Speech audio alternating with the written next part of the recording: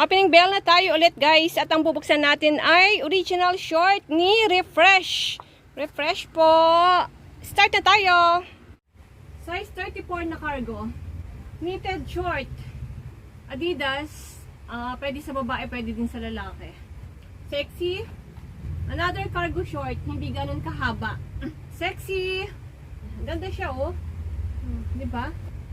Ito, pwede din babae, pwede din lalaki. Knitted din. Ang babae. Pwede din sa babae, pwede sa lalaki. Pero more on lalaki to eh. O, men nga. Pang babae. Jersey. And one. Pang mataba. Cycling. Ito, ang ganda oh. Size 10. Pang babae. Gap. Pang babae. Pang babae. XL. Old Navy. Pang ilalim. Reebok. Jersey. Mapag-aakin pa to pag nag-garteran. Dockers. Puting-puti. George na 6 pocket. High waist. Naliit ng size. Men short. On girl. Abercrombie na bagong-bago. Bago pa talaga guys. High waist na kulay puti.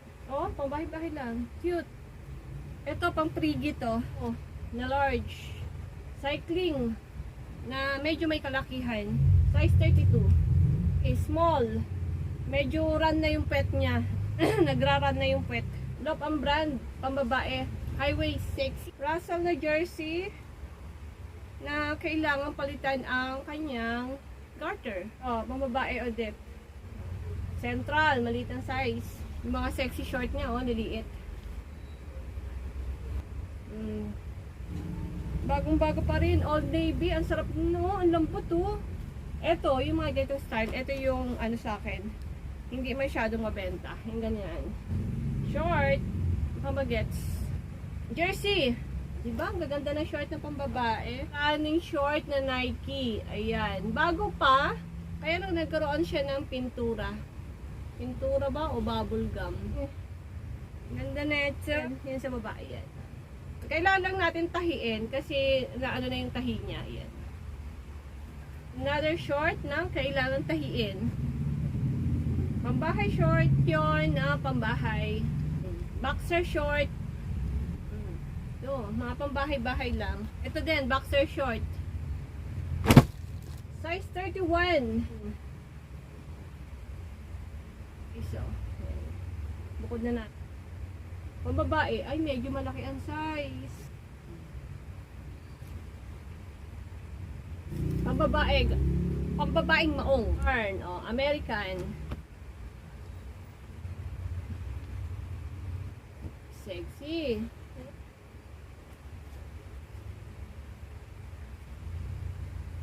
Hanap neto. Cycling na Under Armour. Maong na, grabe yung puwet. Oh. Pambahay, garterize, 6. Abercrombie. Ang Abercrombie talaga na cargo. Napakakapal at napakatigas.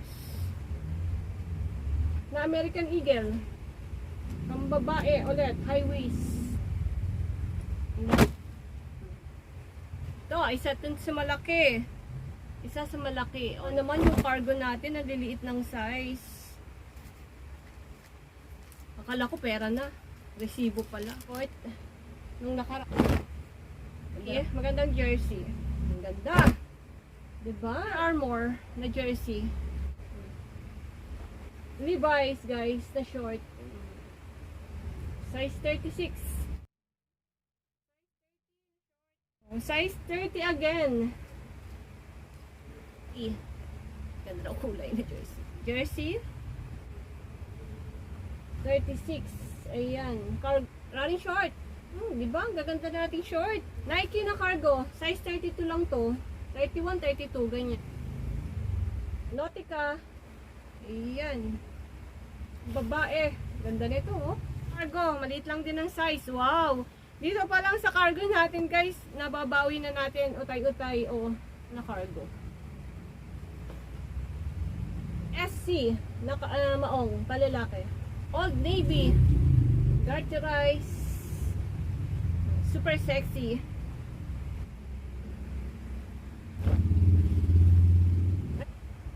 Ang ganda ng kulay. Okay. Nike. Ganda siya, oh.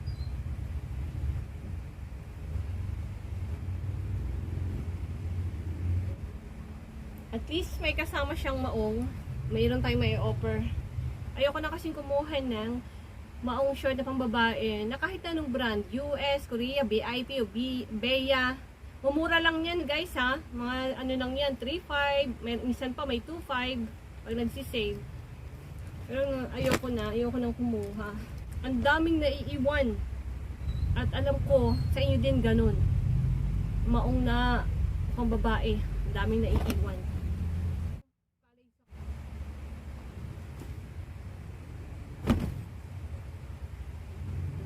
Sexy.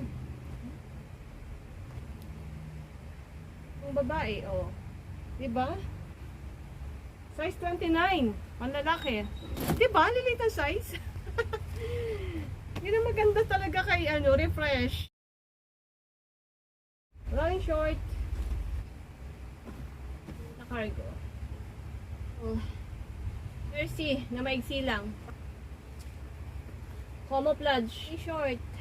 Sabi naman si Nike, ang cute-cute naman. Ang cargo short ko ay 250.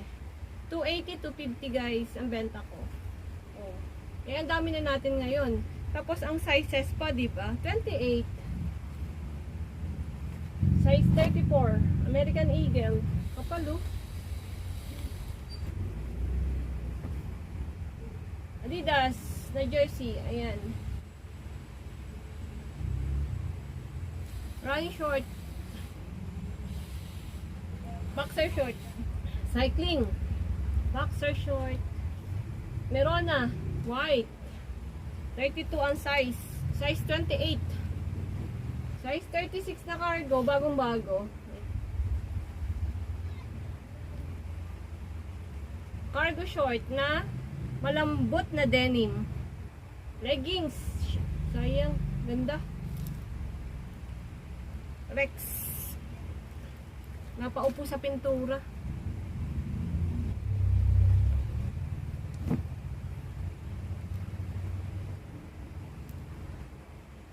Reebok na garterize. Pantulog. Oh. Pink. Ay sa fasting natin.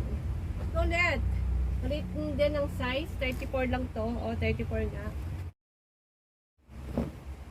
Ito medyo malaki na to. Ayan o. Uso-uso. Medyo malaki size. Ha? Sexy. Ang ganda ng kulay oh.